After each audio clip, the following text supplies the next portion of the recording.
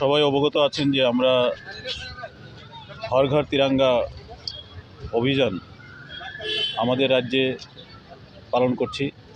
সারা দেশেই এই ধরনের প্রোগ্রাম অনুষ্ঠিত হচ্ছে। আমাদের রাজ্যেও এই হর ঘর তিরঙ্গাকে কেন্দ্র করে বিভিন্ন অনুষ্ঠানাদি আমাদের প্রতি জেলাতে এবং আমাদের এই স্টেট হেডকোয়ার্টার্সে অনুষ্ঠিত হচ্ছে। এর মধ্যে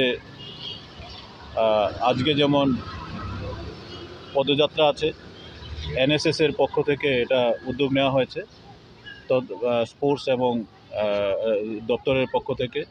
এছাড়া প্রত্যেক জেলা শাসক তাদের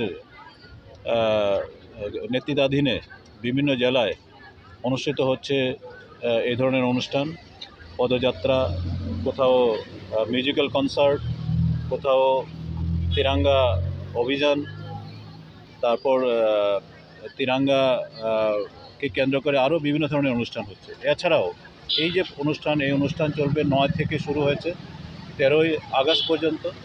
13ই আগস্ট থেকে আবার 15 আগস্ট পর্যন্ত প্রতি ঘরে তিরঙ্গা পতাকা উত্তোলিত হবে। 15 আগস্ট পর্যন্ত সেই উত্তোলিত থাকবে এই পতাকা। আমরা এই বছর স্বাধীনতা যে বর্ষপূর্তি অনুষ্ঠান উদযাপিত করছি, সেই অনুষ্ঠান পর্যন্ত আমাদের এই ধরনের অনুষ্ঠান অব্যাহত থাকবে।